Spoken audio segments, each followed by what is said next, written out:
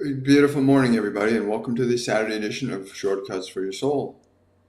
My name is William Michael Forbes. I'm a spiritual medium, a channel, and an intuitive life coach. And today I have with me the energy of a group called the Divine Collective, who want to encourage you, all of us actually, to take back our minds. And we're going to get into that shortly. We're going to give people a chance to come and join us. This communication from the Divine Collective will be followed by a very brief and short meditation so that you can experience your mind in a slightly different way than you will. Good morning, Drusilla. Good to see you, darling. So this thing you call your mind that you think is yours, it's you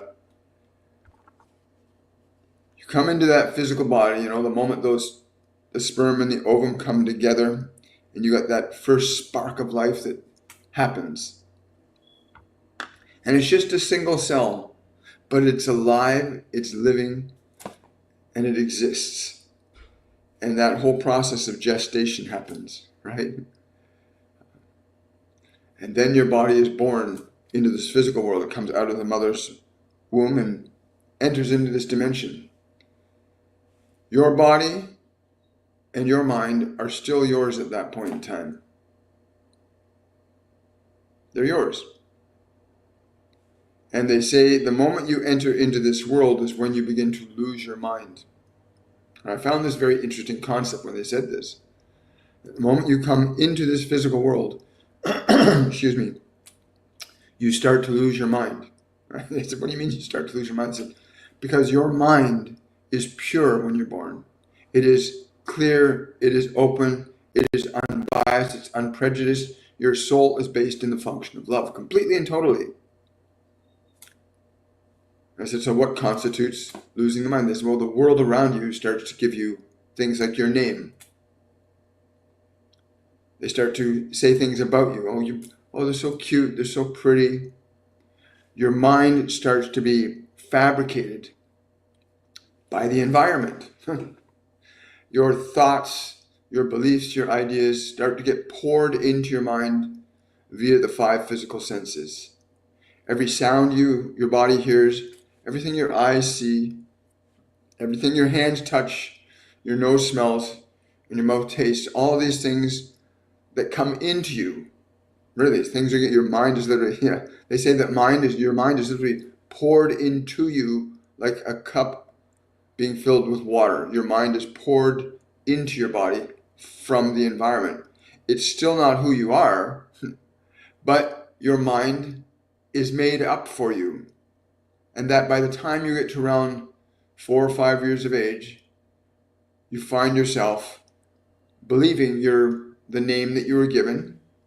You start to believe what you've been told around the world. You start to accept that what you hear, what you see, what you smell is all reality.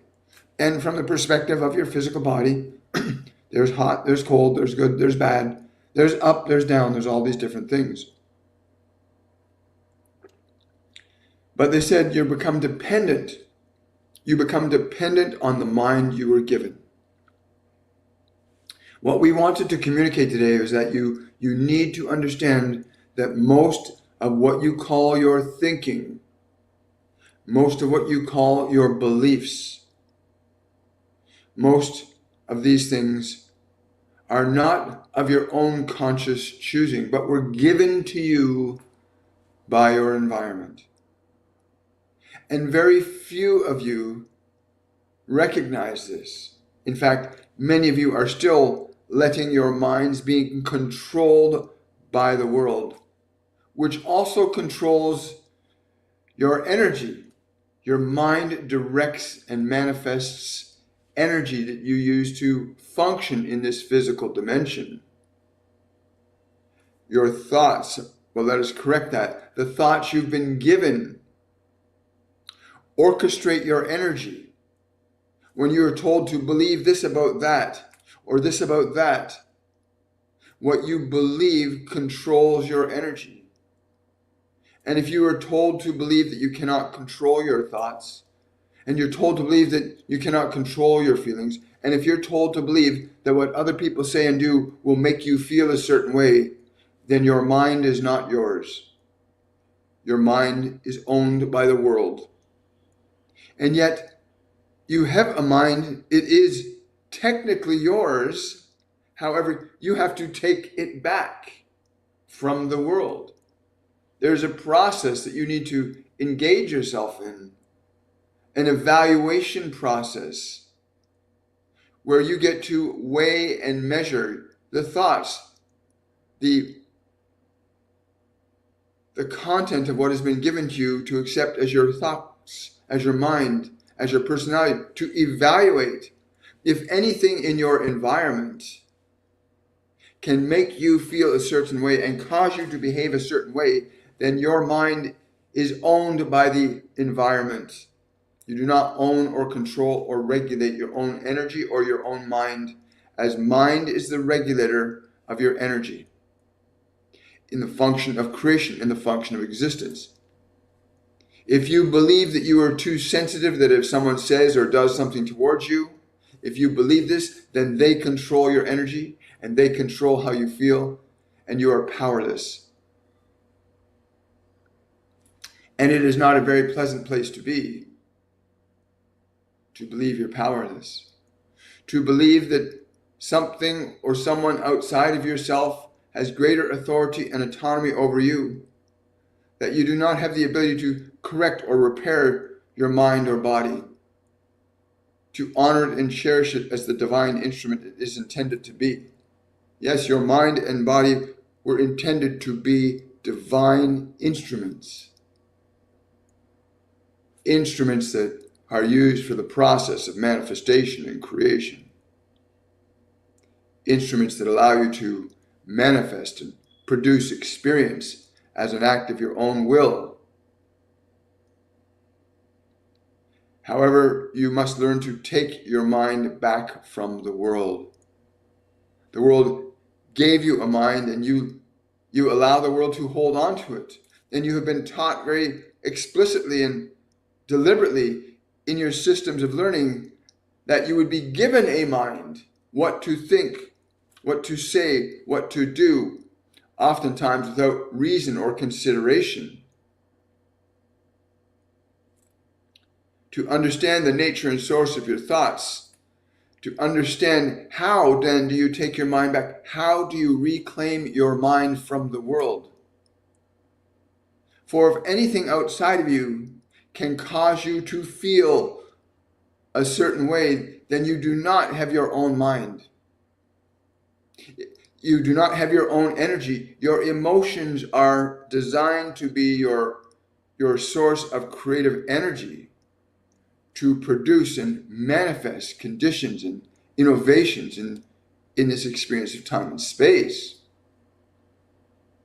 And if anything is causing you to feel a certain way, then that owns your mind. You do not own your mind, and you do not own your energy. How then do you take them back? Because so many of you have been conditioned to believe that something outside of yourself is what controls and maintains your well-being, your peace, your happiness, your joy, your love. Many of you believe that what is outside of you does this. It controls you. So your mind and your energy are not yours. They are controlled. You are controlled. You are manipulated if you believe that something outside of yourself controls and manipulates you. And that, the surrendering of that, the belief in that, you give them your energy, you give them your control. What we wanted to articulate today is that if anything in this world is causing you to feel, act, or behave in a specific way, then you do not control your mind at all. How then do you take your mind back? How then can you begin to take your mind back? In your mental sciences, you have this term that they used to use quite a bit called brainwashing. It's a term called brainwashing, wherein an individual is exposed to ideas and beliefs that they accept and embrace and then begin to carry out. This happens all the time. It happened from the moment you were born. Your mind was filled with a load of information, ideas, beliefs, and sensations that constituted the formation of what you call your mind. And in order to take your mind back, you have to brainwash your own mind. You have to begin to clear your mind. You need to learn how to get your mind, your thoughts, and your energy, which you may call emotions, under your authority. Because if one can come up to you and call you a name and you're all upset and you feel sad or hurt or angry, then you do not own your mind. If you do not believe that you're capable of doing what it is you need to do with your life, then you do not own your own mind. If you believe you are helpless, you do not own your own mind. If you believe that you cannot take care of your own body, you do not own your own mind. The world owns it. So how then do you begin to take your mind back, clear it up, and rebuild your mind in a way that serves you joyfully and delightfully and excitedly? For you did not come here to suffer, you came here to create. You came here to create. From our observations, we would say that about 98% of what you call your mind is not yours. 90% of what you think in your mind is not yours. And that 2% is but a very small percentage that you might be fortunate enough to enjoy. But many of you find yourself, when you are on your own with your mind, very noisy and disturbing and distracting, unfocused, because you do not know how to own your mind. The world owns it. And you've been so trained that something must control your mind that in order for you to feel some degree of comfort. So you run to your governments, your doctors, your priests, your ministers, your rabbis. You run outside of yourself to find some peace. But what we want to show you is the simplest mechanism that you can apply to your own mind and your own body to begin the process of taking back your mind. In order to begin to effectively assess the content of your mind, you must be able to establish that the mind is in a certain state so that you can observe it. And we want to take you on a little bit of a journey today. If you're willing to do this, if you want to experience what it is like to begin to take your mind back, there are vibrations and sensations that you will experience when you begin to reassume authority over your own mind rather than deferring its function and therefore the behavior of yourself by the way the world affects and influences you. And it is not a very complex thing. You have many that will tell you it will take you years to sort out your mind, to overcome your emotional difficulties and problems. And if you believe that, then so it shall be for you. But we can tell you unequivocally that there are two simple practices that you can begin that will begin the process of you taking your mind back and moving your consciousness back into the state of peace from whence you came. You were born in peace. You were born in clarity. You were born in love. Every single soul has those three attributes in common at the moment of birth. You were born in peace. The world around you may be more, but your consciousness is born in peace. And what the world gave to you is what you experience as your mind today. So these two steps are extremely simple, that you may easily and delicately perform them to teach your mind and body, to defer their attention from the outside world and return it back to you, so that your mind is not constantly searching and seeking out there for the amelioration from your suffering, your fears, your uncertainties. And the first step is always that you can take autonomy and authority over your physical body by way of your breath. If you are able to carry this out deliberately and meticulously for a set period of time, each and every day, you'll begin to reclaim your mind back in a significantly shorter period of time than it took for the environment to take it from you. Because the environment influenced you, it directed you, it manipulated you, it orchestrated you for many years in some cases. And yet the process of reclaiming your mind will take far less time than it will to try and find the peace you would seek in this world that you cannot find, that elusive peace, that elusive joy, that elusive happiness that you struggle to find in the world. So many of you struggling to find peace. And so there are very simple processes. And the very first one is your breath. That you have an authority. You must remember and reestablish authority over your mind and over your body to make them yours. You must reclaim them. And your breath is the first and most important step to begin the process. That you can turn to the body and say to it, breathe.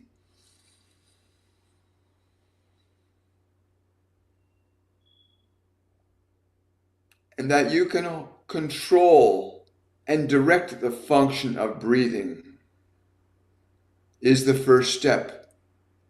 That act of the breath, do not underestimate the influence you begin to assert just by taking a breath deliberately and slowly to fill the lungs completely. When you direct your body to do this, you are asserting authority over this physical organism that you're hearing these words in.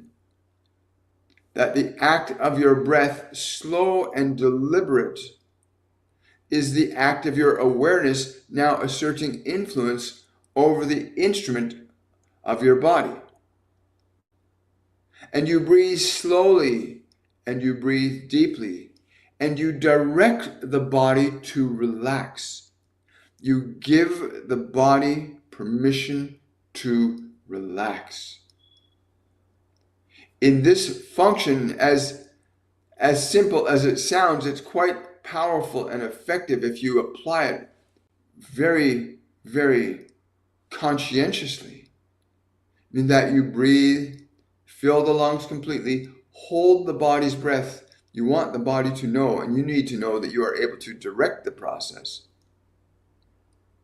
And you hold the breath and you release the breath and you give your physical organism permission to relax. You give it deliberate permission to relax. With each exhale of your physical body, as you direct it, because as you direct it, you are becoming the environment for the body by directing it. And so you breathe slow and deep. You give your body permission to relax on the exhale.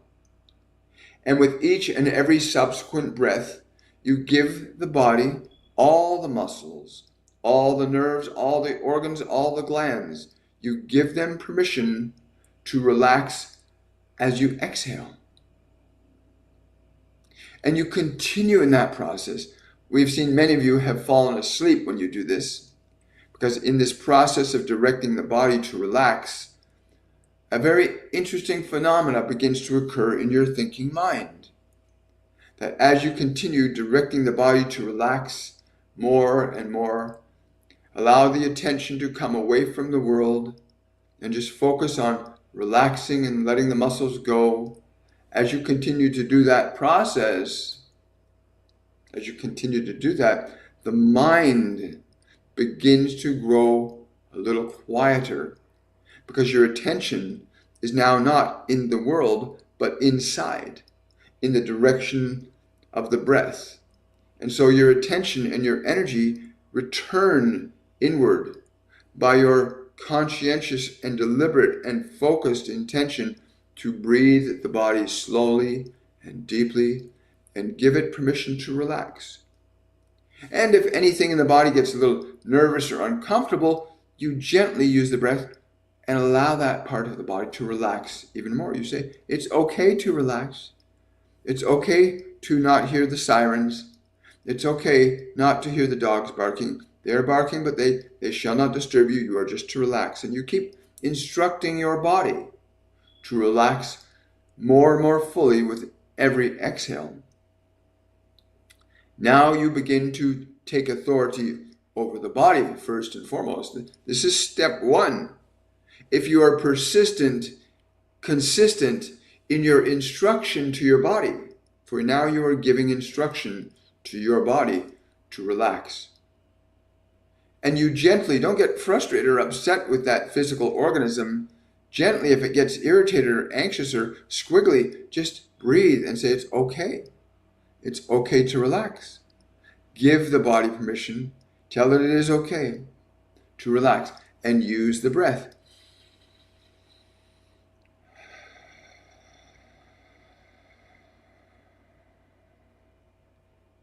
Give the body permission to relax. And you continue to give the body permission to relax. Now, of course, for some of you, while this is going on, your mind will be wondering what is going on and what are these sounds, and the mind will attempt to distract you, and you stay on the focus of the breath, allowing it to relax. Now, step two in the process of taking your mind back from the world, because in step one, you're beginning to take your body back from the world, from the sounds, the smells, the touches, the tastes, the things that would distract you. And you take your awareness away from the world. You bring the body back to a state of relaxation. You are now directing the form. Instead of letting the world direct your form, get up, get down, sit, stand, go, come. You stop that. You use the breath and you bring your body into the moment. You continue to consciously, deliberately use your breath to keep your body here in the moment with you. As the body begins to rest sufficiently, we have seen many times where individuals, perhaps you may be doing this for the first time, you might find indeed that your body might actually drift asleep, which can be a very good thing, because the body, when it has been subjugated to the world, can often have many stresses. And when you put the body into a position where you're giving it your consent to relax, the body may spontaneously go into a corrective process called self-healing. So if your body drifts asleep and you think you have fallen asleep and you wake up, oh, I fell asleep, your body has merely gone into a process of regeneration, which many human bodies need this day, as your bodies have been under extreme attack from the environment, from those in positions of authority and control. And so this process of getting the body relaxed, the second step then is to turn your attention to the thoughts in your mind. And the function of your breath is used in the exact same fashion with the thoughts, memories, and emotions of your mind. You take your breath, and when you draw it into your body, you draw that breath into the space of your mind where all your thoughts, your memories, your emotions, and your anticipations live. You breathe into that space as if you fill the space of your mind with your breath. And then when you exhale, you imagine that you can simply just exhale all of the thoughts out of the space of your mind.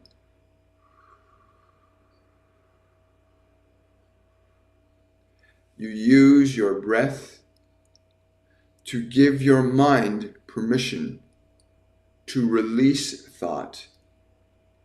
And so on your exhale in this second step, you are using the breath to give the thoughts the memories, the emotions, the anticipations. As you exhale, you give them permission to be still, to be quiet, to be peaceful. It is the same application upon your mind as it is with your body, as you give the muscles in your body permission to relax and let go and turn loose. The same authority you have over your mind, that you can say to the mind, you do not have to think for a little while. Be still, be quiet, be peaceful. Now you are beginning the second step of beginning to take your mind back. By giving your mind permission to be still, to be quiet, to be peaceful, you're beginning to clear your mind of the impingements of the world. As you begin to use the breath to release thoughts, to release memories, to release emotions, as you give your mind permission to be still, to be quiet, to be peaceful. And again, at this stage, if you are consistent and diligent in the application of your breath, it can be often experienced that you can go into a state that you think you have fallen asleep, and this is perfectly fine. The fact that you could achieve the mind to a place where you fall asleep is an indication that you are indeed able to direct your mind to be quiet, calm, and peaceful enough that you can have peace and rest.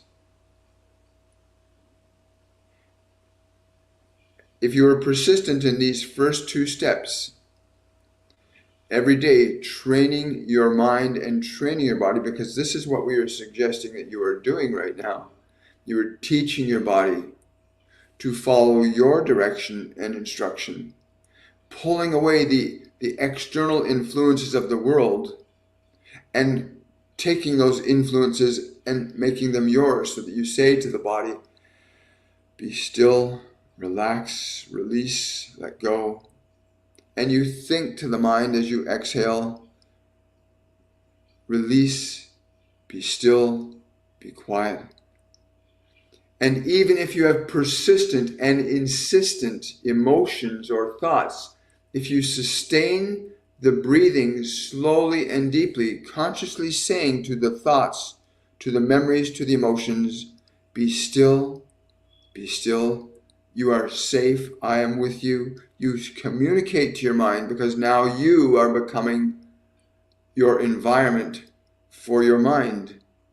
As you continue to breathe and exhale slowly and deeply, and you give your thoughts, you give your memories, you give the tensions in the body permission to release and let go. As your mind and body relax under your direction of the breath, as you begin to experience them getting quieter and calmer and more peaceful, and be patient and be gentle with yourself. For the world has had control over your mind for so long for some of you. Be patient, for your mind and body need to be retaught by you to be still, to be quiet, to be peaceful. The rebuilding of the mind is another step, but we're not going to get into that today. First, you must establish the first two steps in being able to liberate your mind and body from the world, so that what happens in the world, the events and the circumstances, do not hold sway over what you will think or say or do or be. To reclaim this authority that is by birth your right to have autonomy and authority over your mind, your body, and your creative process, the utilization of emotional energy, which is what allows any of you to do anything in this world. Without the function of emotional energy, you can do nothing in this world. And so these first two steps, if you're gentle and diligent in your application towards the body, towards the mind, in using your breath, it is always, the breath is the instrument of your authority that you can assert upon the mind and body. There are very few animals in the animal kingdom that can deliberately and intentionally direct their body to be a certain way as an act of their own volition. But as a human being, you have this ability that through your breath you can establish an authority and an autonomy over your own mind and body that has been, for the most part, deferred to the world. That what the world says and what the world does controls and articulates what you will think, what you will say, and what you will do. And many times you think you are actually doing what you were thinking, but you're actually doing what you were told to think. And so you must reclaim your mind and you must reclaim your body so that the function of creation that is rightfully yours is returned to you. You return yourself to yourself. You return your mind and body to yourself. These two functions of the breath, one for the body, one for the mind, to establish both mind and body into a state of stillness.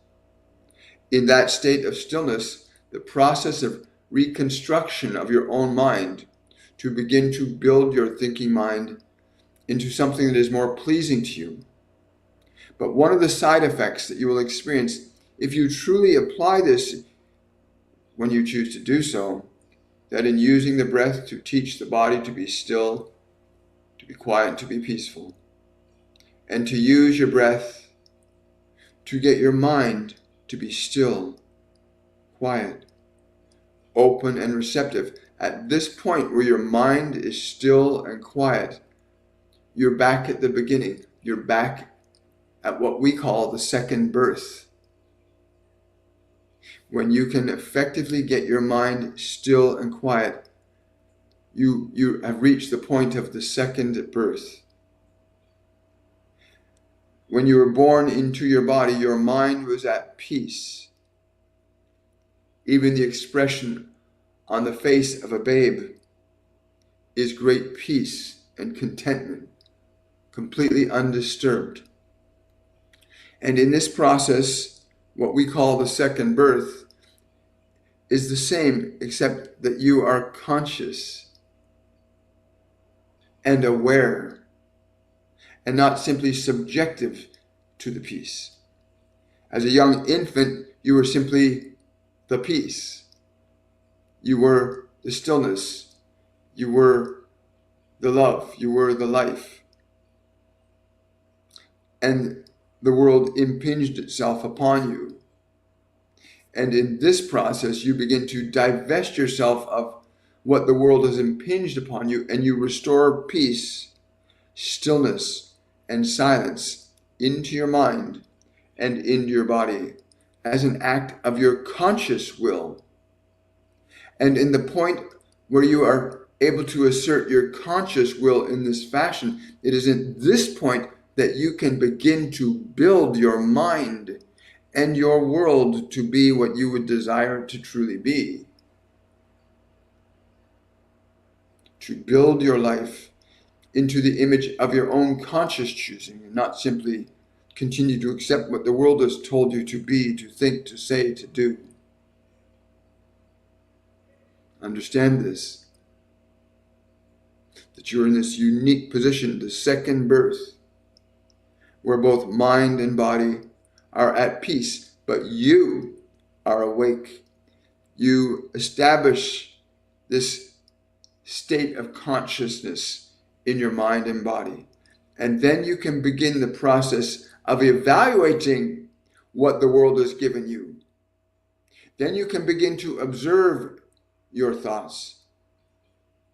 You can release thought. You can delete thought. You can include new thought, new idea, new belief, and put that into your mind as an act of your own conscious will. And for those few of you that are actually engaging in that process as we speak, to you we say, yes, you will return to the second birth. And at that point, when your mind is open and receptive to your awareness, at that point, then such things as what you call that term, creative thinking, manifestation, reason, visualization.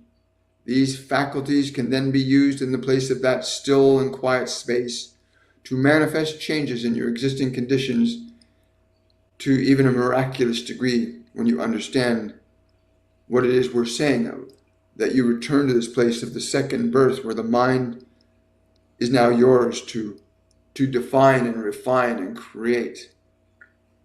To learn to differentiate yourself from what the world has told you to believe you are is to begin to reclaim your mind and take the authority back to yourself that is designed to be yours in the first place.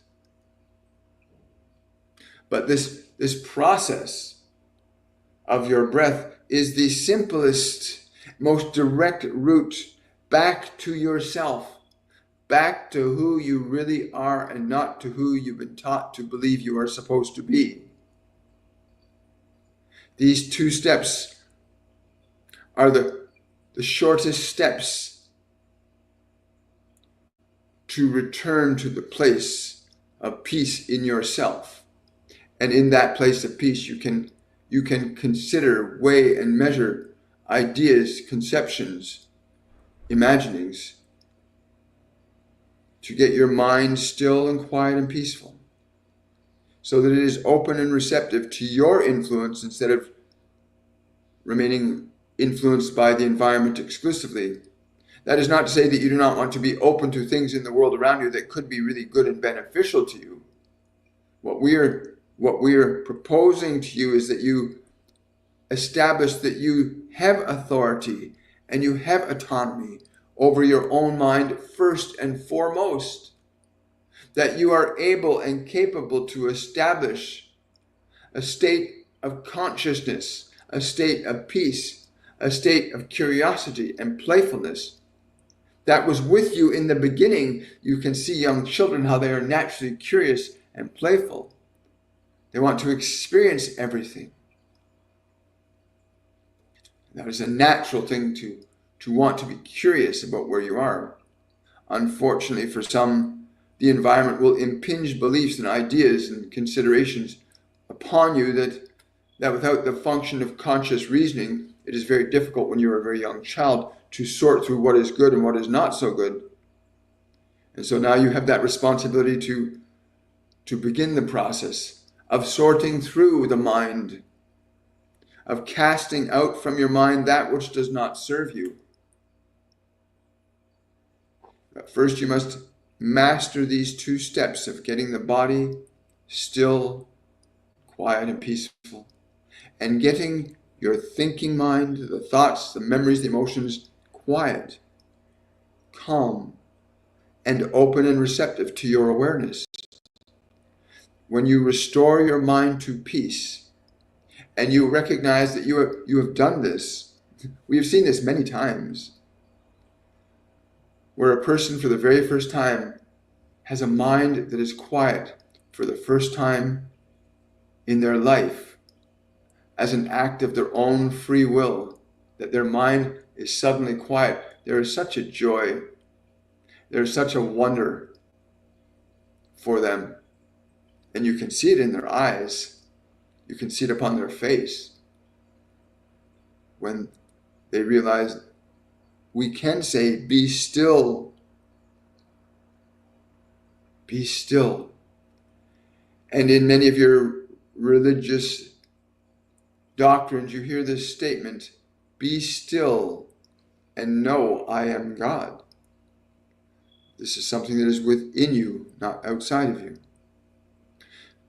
But these autonomous steps of getting the body quiet, the mind still, and experiencing yourself without the distraction of your mind and the disturbances of the body, when you take these steps and you put your body into that place, and you put your mind as an act of your own deliberate will into a place of stillness and quiet, something happens for you. You begin to awaken. You are reborn. not in the sense of what you hear in some of your religious doctrines about being reborn, but this is a profound truth. As you were born into the flesh in peace, in stillness, with no prejudice, no judgment, no rage, no anger, no guilt, no shame, you were born in peace. And many of you have forgotten that peace, but it is still within you. And these two steps, when diligently and caringly and conscientiously applied, you will restore yourself to peace. That peace. But you will know that peace. It will not be taken from you once you know it. Once you know it is within you, you will not be running in the world to try to find your liberation from your suffering, for you can establish it in your own heart and in your own mind. You have this authority, this ability. You have it.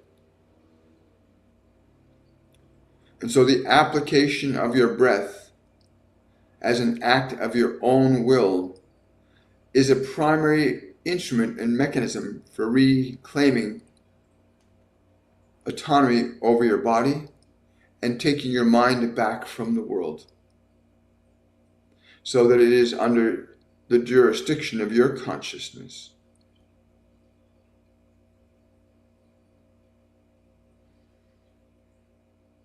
And those of you that are doing this right now, and giving your mind permission to be still, saying to it, shh, and using the breath, releasing thought, releasing memory, releasing anticipation with your breath, you have this authority. You have this authority. It is within you.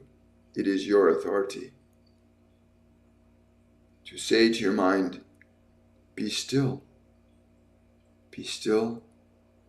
I am with you, be still. You can communicate those words to your mind. Be still. Be still.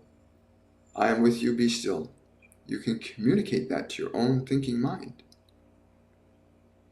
And if you do it in all sincerity, and you give your mind your permission to release, to relax, and to let go, you give it permission. You give the flesh permission to relax.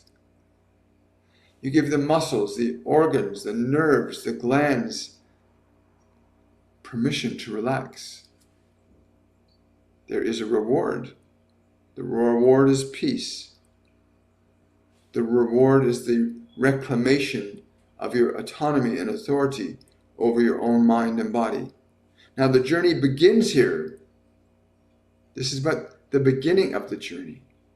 How then, if you see the mind and how cluttered it and confused your mind might be from what you have received from the world, then the next logical step then is to, how then do I release myself from all that and still function in this world? This is the next. And we will consider this at another time, but we would encourage you to take these first two steps and understand that the deliberate and conscious action to tell your body to breathe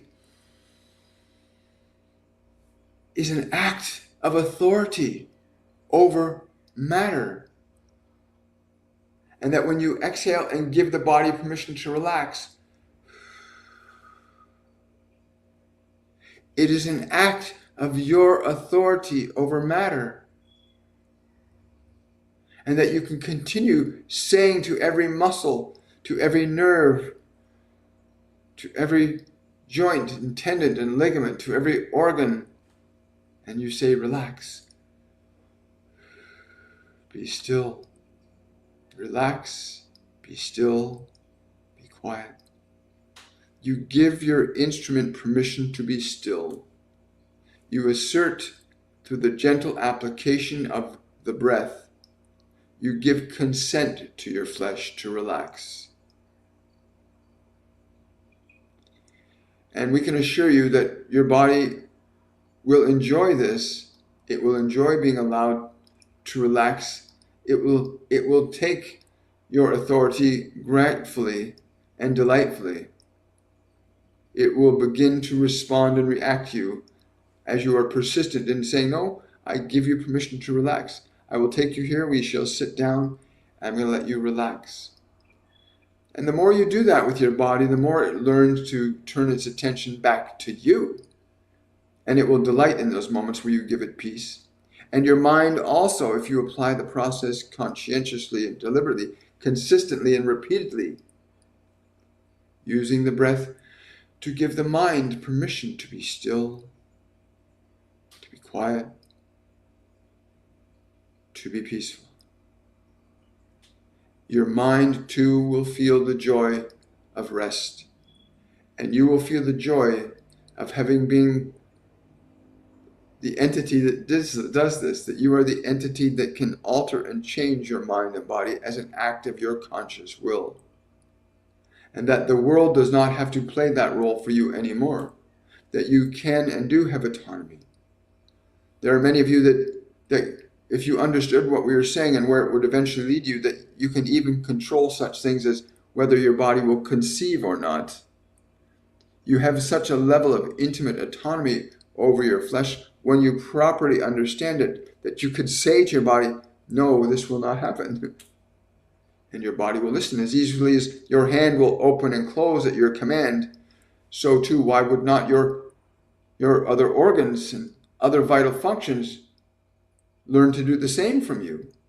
If you can teach your hand to open and close, could you not teach your body to be fertile or infertile as you needed? Could you teach your body that? Many of you have become so dependent upon the outside world as being that which governs your state of being that you are lost to the world.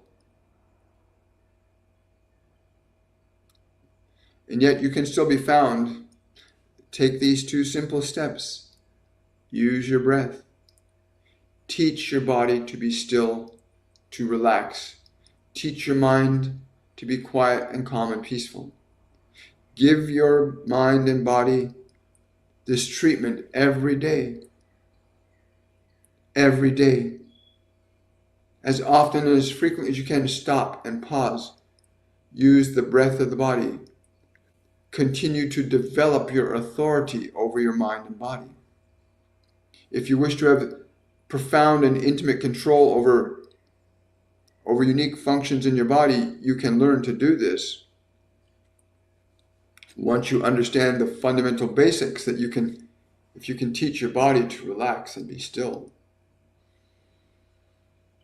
Then you can teach any part of your body that is part of your body to do certain things for you.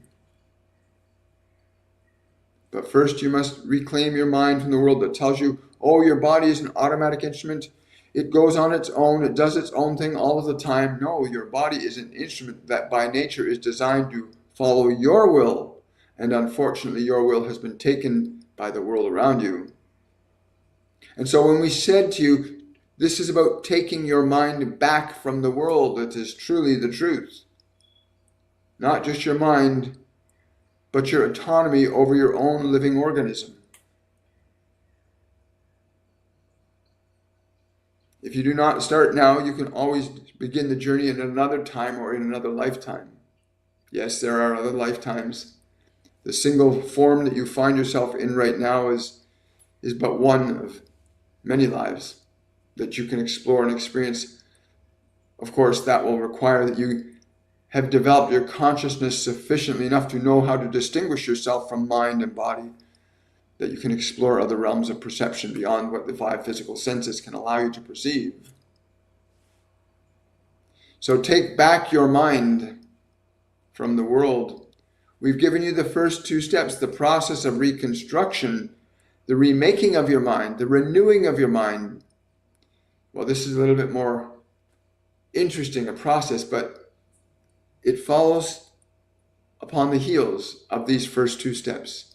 That if you can restore your body and mind to peace, then you can change, alter, and modify thoughts and beliefs and ideas in your mind. You can change and alter and affect the emotions from your past and how they influence your future. You can gain great autonomy and authority over your whole mind and your whole body.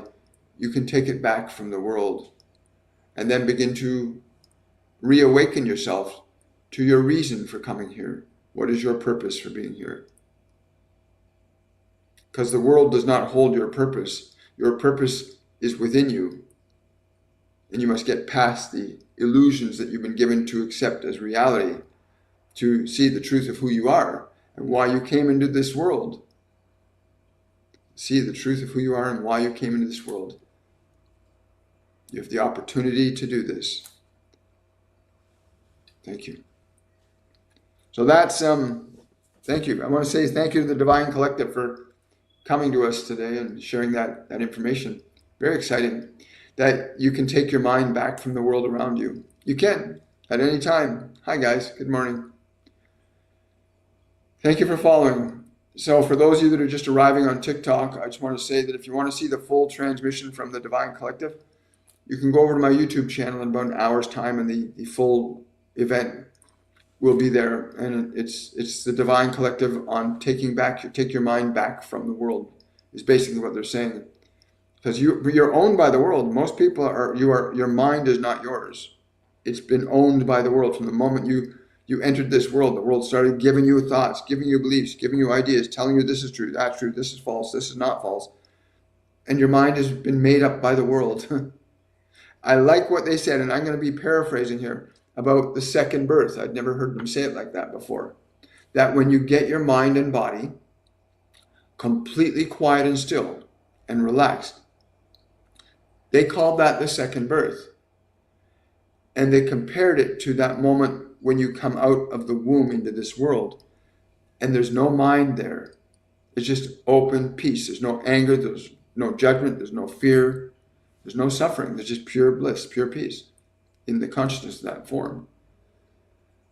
And they made a distinction that I want you to remember too. They made a distinction where they said, when your mind and body are at that state of peace, that you are conscious, that you are consciously establishing, you're restoring peace to your mind and body. And they called that the second birth. And because you're conscious, and again, I'm paraphrasing, that at that point, you can begin to rebuild your own mind. You can actually start to create a mind of your own will. And I'd be really curious and excited to hear how that works, how they would articulate that for that. But they said that's for another day. I'm only going to take a couple of questions today, guys. If you do have a question that's really important, use the Linktree link in my bio under my bio on TikTok, or under any one of my live videos on YouTube. Use that Linktree link in the live section under any of my videos. If you got a really important question and you want it answered, you can do it that way. Use the Linktree link in my bio. Good morning, Khan. Hi, good to see you. Hello, Bazia. Hello, Foxy Mama. Yeah, I hope you guys got that. I hope you guys did that. Second birth, I love that too. Hi, Kathy. Thank you for the white roses.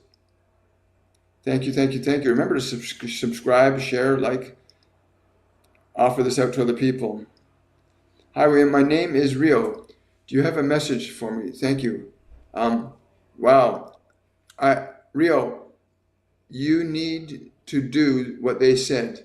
I don't know if you heard the whole So the Divine Collective, which is one of a number of different groups and collectives or individuals that I channel, said there's 2 steps that you need to follow to restore peace to your mind.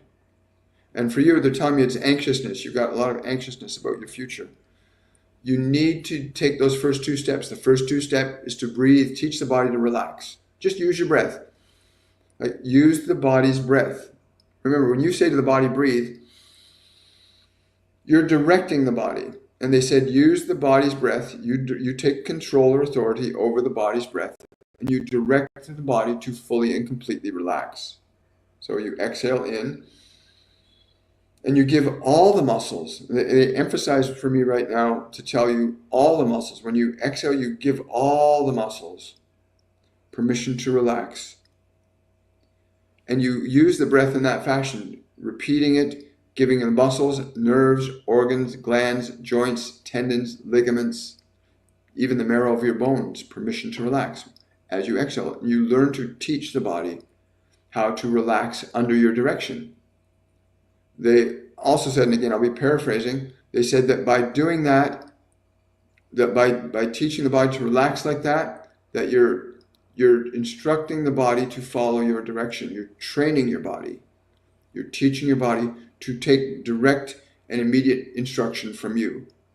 So the body learns to listen to you by you doing this with it. It teaches it. The second step, they said, was about getting the mind to be quiet and calm and peaceful. And they said the same application is true. You use the breath and you draw the breath into the space of your mind where all your thoughts, your memories, your emotions, your anticipations, your expectations, your dreams, your goals, where all that stuff is going on. And you breathe your breath like you can draw your breath into that space. And then when you exhale, you give the mind permission to release all thought, all memory, all emotion. And you give the mind permission to be still, quiet, and peaceful. And you use the breath the same way you did with your body, with your mind. You just breathe slowly and deeply and give the mind permission. They also said that you could speak to your mind. If the mind's like, oh, I don't want to do this. If the mind gets anxious or nervous, you can speak to the mind. You can give it thoughts and say, you're perfectly safe. I'm with you. I'll take care of you. Be still. You can communicate thoughts. Choose thoughts to give to your mind and give to your body. You're perfectly safe to relax. Nothing will disturb you. You want to train your mind and body to learn to follow your direction. And you need to do that right now. Take those first two steps. Teach your mind and teach your body to relax. So important. So important, guys. Have a great day, Drusilla. Much love to you, darling. My aunt passed away in March. Any message for my uncle? Yes. Please tell him to delight in what you have. I'm with you. She says she's hovering around his left side. She hangs around his left side quite a lot. Yeah. She's telling me to tell him, delight in what you have here. Delight in what you have here. Remember the sweet smell of roses. She wants me to tell him that. Remember the sweet smell of roses. I'm not sure what she's saying, but she was insistent that I make certain that I say that to you from her. Remember the sweet smell of roses. She's correcting me. She's saying, no, it's the sweet smell of the roses. So she's referring to specific roses, that you remember the smell of the roses, is what she's saying. Thank you. Someone's saying, William, I was told I need an angelic auric channeling cleansing done. Can you, the guides, provide any guidance on this, please? I've been trying to process my emotions and thoughts about it. Go to my website and book a reading with me. Hey, AL, go to my website and book a reading with me, WilliamMichaelForbes.com, and you'll be guided by your guides and angels directly. Go to my website and book a reading with me. Don't delay. You can choose your date and time right from my calendar under the bottom of the page in readings. You can choose your date and time from the calendar, but do this. You get all kinds of fancy words. What they're telling me to tell you is you simply need to teach your mind and body precisely what we have been saying here. Understanding that most of your thoughts, most of your emotions, most of your beliefs are not even yours, and they disturb you exceedingly. That does not mean that you are disturbed. It simply means that you have been given ideas, beliefs, and informations that are exceedingly disturbing. Come to us and we will assist you in letting that go, of liberating yourself from those unnecessary distractions. Wow, thank you. It's really cool. Hi. Hi, yes I do. Thank you so much. Hi. Thank you. Just scrolling down, lots of questions. Look into the master class. Somebody's saying look into our master classes. Yes, please do that. Our master classes, our next master class series begins March the 1st. We are right in the middle of our masterclass series right now. We're just completing our last week of Masterclass 102 Liberation, which has been absolutely amazing. We've got such a wonderful group of students, and they're just acing it. Some of these people that have been struggling with things for most of their life are literally in just a couple of weeks, you get to let go of so much stuff. Getting goosebumps just saying it. To our students that are in the masterclass right now, guys, you're just nailing it. Really great stuff. Keep it up. Keep it up. Yeah. So go to my website, williammichaelforbes.com, and sign up for the masterclass. Book a reading with me. There's all kinds of things that you can do. You did not come to this world to suffer.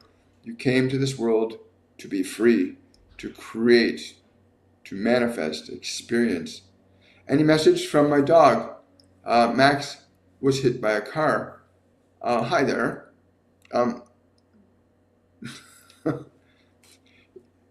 You're going to be feeling him around you for the next few days. Yeah. He's not angry or upset. He's really sorry, actually, that he didn't mean to do it. Yes, animal spirits are very different than human spirits. Animal spirits are very different than human spirits. So you need to communicate to him that it's okay that he made the mistake. He didn't mean to do it. Like he's telling me right now, he didn't mean to do that. And he wants to know that you still love him. Like, yes, of course he does. Yeah, so he's afraid that because of what he did, that you're not going to love him anymore. Animals, like humans, when the body doesn't work anymore, the energy of that soul still exists. It's just on a frequency that's not perceptible to the 5 physical senses.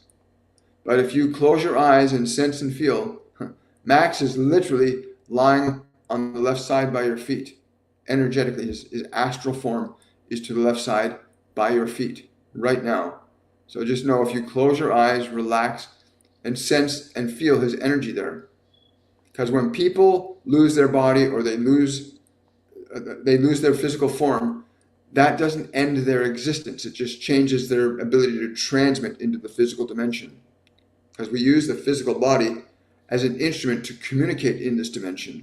So when the body's gone, we don't have a physical instrument to speak physical words or make physical touches, but your consciousness still exists as an energy. And you can learn to tune into the energy of your loved ones, your special animals and things like that. Hi, got a super chat over here. Super chat on YouTube. Thank you, Amanda. Hi, William. A woman in my dreams who also said I brought up things she hasn't faced and was angry with me when I faced her to help her. She cried in happiness. May I know the meaning? Yes. The meaning for you personally, first of all, for you personally, is the liberation, finally, of the last part of yourself that you were still holding in judgment. You've liberated yourself, literally. You've liberated yourself from that last part of the past that you were still enslaved to. You've healed that part fully and completely. Now, it also is indicative, from what I'm being told, it's also indicative that you are moving towards the realm of being of service to others, of being able to take what you've learned and cultivated and developed and let that be the treasure that you would offer others. Let your knowledge, your wisdom, your truth, your understanding be that which you can now offer to others. So you're ready to start assisting other people. It's always reflected when you heal yourself, you empower yourself to heal others. So congratulations, Amanda. I'm so happy for you. That's wonderful. Wonderful. But yeah, hi.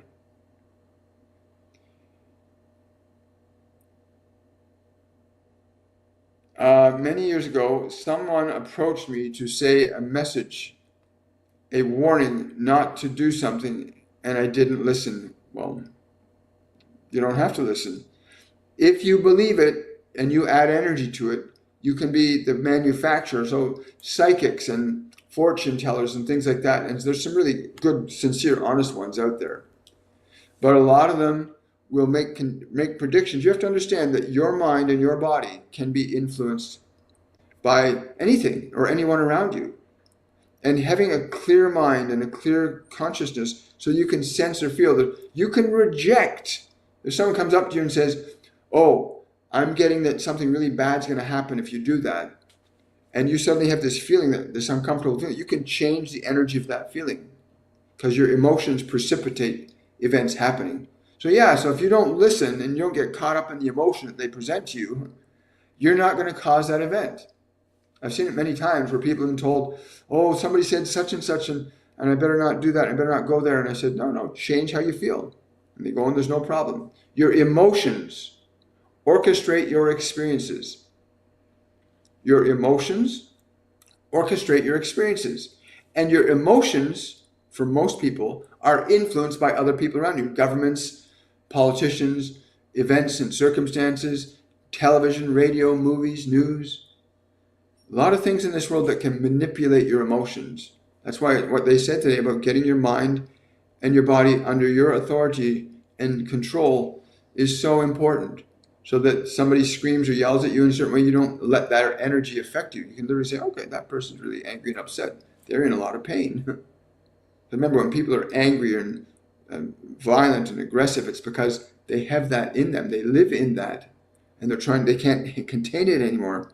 And people who can't control their own emotions will expectorate it onto other people. But it doesn't get rid of it. Just yelling and screaming, getting your angry out of yourself, doesn't get rid of it. It just simply dumps the load of it so you don't have to deal with it as much for a little while. It's ridiculous. People don't have authority over their own emotions. But have no fear about that. Amanda's saying, what a blessing. If it wasn't for finding you and the classes you have, I would have still been a slave to my mind and body. You are a gift to this world, as are you, as is everyone. Every one of you, every single soul that came into this world, you came as a gift of love to the world. And how the world taught you to believe and think may have distorted you or taken you away from that function of purpose. I want to say thank you for that, Amanda. I really appreciate it. But every single soul on this physical planet, every one of you came to this world to offer something to it, a gift. You are a gift to this world, and the world may have messed your mind up and given you ideas and beliefs that take you completely out of alignment with who you really are. But like they were saying earlier, take your mind back. They gave those 2 steps. Take your mind back from the world. Take your emotional power and control back from the world. You know, if somebody said, oh my gosh, you should be scared and wear masks and do these terrible things, and they give you their fear and you buy into their fear, well, that's your choice. And you're free to get caught up in other people's fear, other people's ideas, other people's beliefs, other people's emotions, other people's ideologies, other people's philosophies, other people's religious dogmas. You are free to accept or reject anything. But for most of you, you don't even know that you're able to accept or reject anything because you've been so trained by the world to simply accept what you're being told without question. 2 + 2 is 4. That's the only truth. 1 × 1 is 1. No, 1 × 1 is 2. Right? People don't understand that. You need to reclaim your mind from the world because the peace you're seeking is within you. For if you would find the peace that you seek in the world, you would have found it by now. Literally, when Jesus says to me all the time, God's kingdom is inside you. It's inside every single living soul. It's not out there or there or there. It's inside you. And that second birth that they talked about, I think is the doorway to that revelation. Where they were saying that when you get your mind and body quiet and peaceful, perhaps for the very first time, and you're just, wow. And I've seen this many times in our master classes where the Ascended Masters are training people and teaching them. I've seen it many times where people get to that place and the mind and body are quiet and they're just, it's like, I've never felt like this before. I don't want to come back. You know, so many times people come back from those types of journeys that the Ascended Masters will take them on. And they say, I didn't want to come back. I wanted to just stay there. I've seen that so many times. And when you get to that place of peace, you're going to want to stay there too. And you're going to want to live there. You're going to want to be there. You want to live from that place inside yourself that is peace, that is love, that is excitement, that is creativity, that is passion. It's all inside you. And you just have to take your mind back from the world to begin the journey that was meant to be your life from the very beginning. But thank you so much. Uh,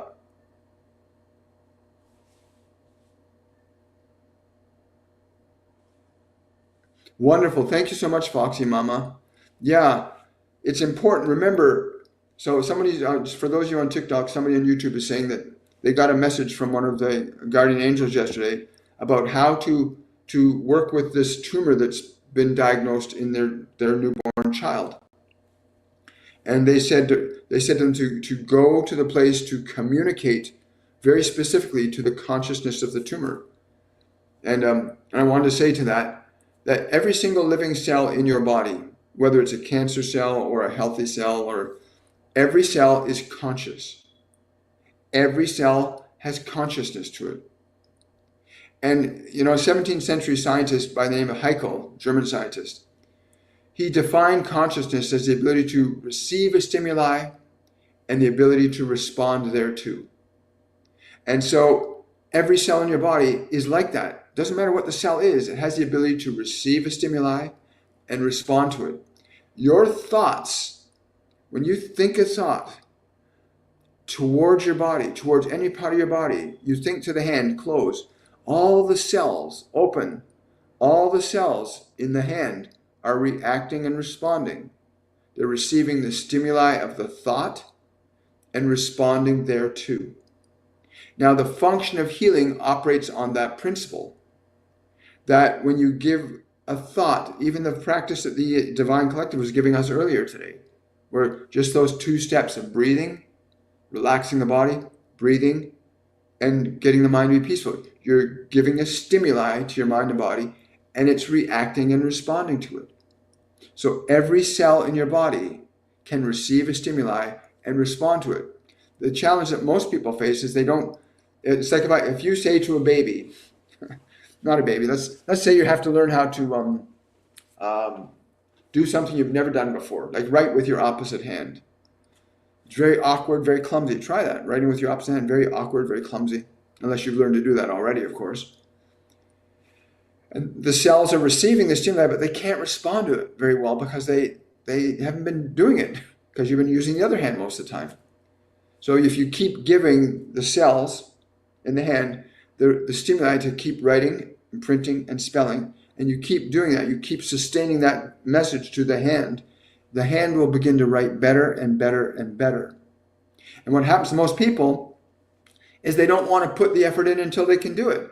And healing works that way. When you start saying to the cells, restore, rejuvenate, re-energize, revitalize, every molecule in this body is returning to its divine function. And you speak thoughts or ideas to your cells, you need to do it with such consistency and persistency until the consciousness in the cells reacts and responds thereto. Little babies didn't just suddenly go like this with their hands. They learn through articulation and interaction with their hand and their awareness, interacting with the hand. So eventually they would start doing this, and they through interaction, the cells receiving feedback from their consciousness reacts and responds to their, oh, it's doing that. The way they hold a fork or the way you do anything is based on that principle. Your cells receiving stimuli consistently and repeatedly, and they eventually respond to it. And every nerve, and I wish I'd heard all this and known all this decades ago when I was going through my challenges. Because what the information that I'm receiving, that we're all receiving now, is powerful and profound, and you're meant to be free, not suffer. But remember that, and tell them that too, Foxy Mama.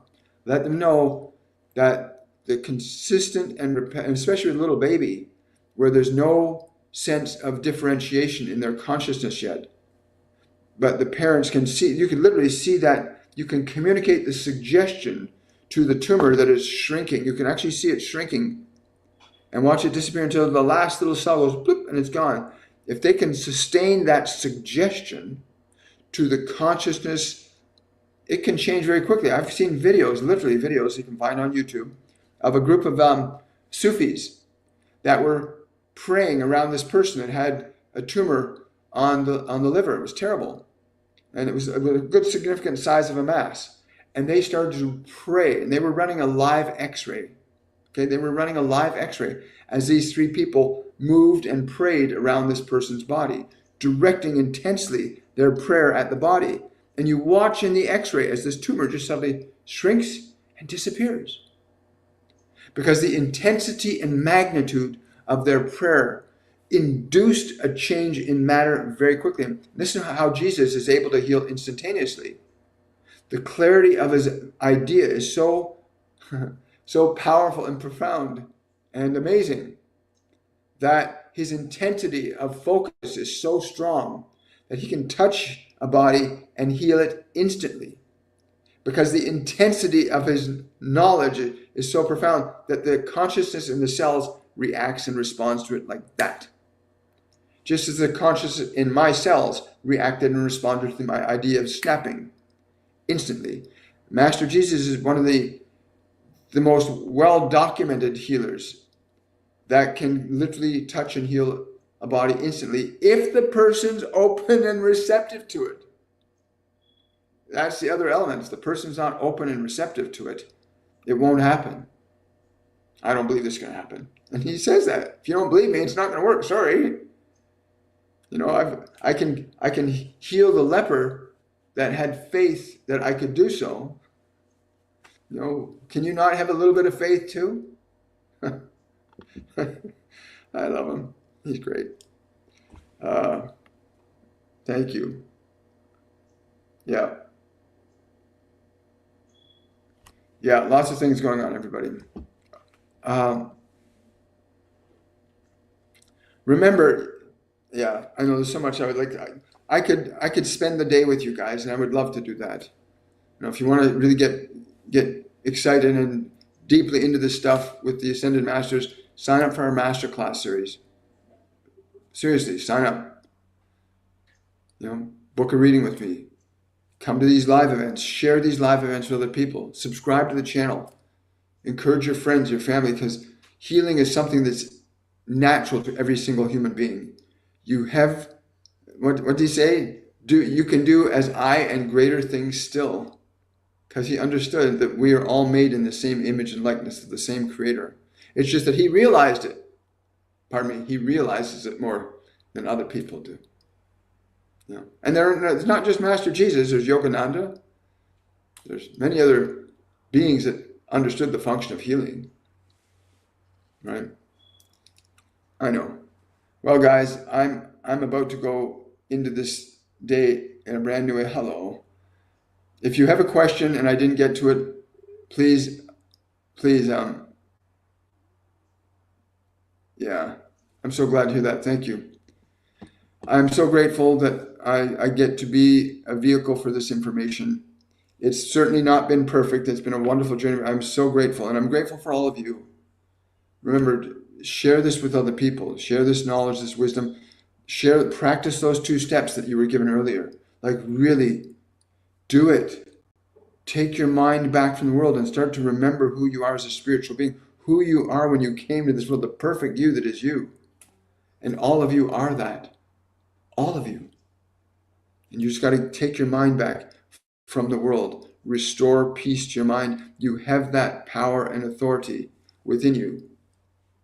You do. Don't ever believe you don't have authority and a control over your own mind. You are by birthright able to assert authority and autonomy over your mind. That anybody would tell you that your emotions and your mind are mysterious and you can't control is bullshit. If anybody tells you that your mind is a mystery, it's bullshit. If anybody tells you you can't control how you feel, that's bullshit. I know, because I've been in the darkest despair you could ever imagine. And I know that anyone on this dimension, when you gain a conscious awareness of this truth, your mind, your body, your emotions are your instruments, and you're designed to have authority and autonomy over them, and the only reason you don't is because you've given that authority and autonomy to the world, to somebody or something outside of yourself. I want to wish you all much, much love. Have yourselves a wonderful, joyful day. Remember to subscribe, like, share, and do enjoy this beautiful day. It's a beautiful day, isn't it? Bye for now.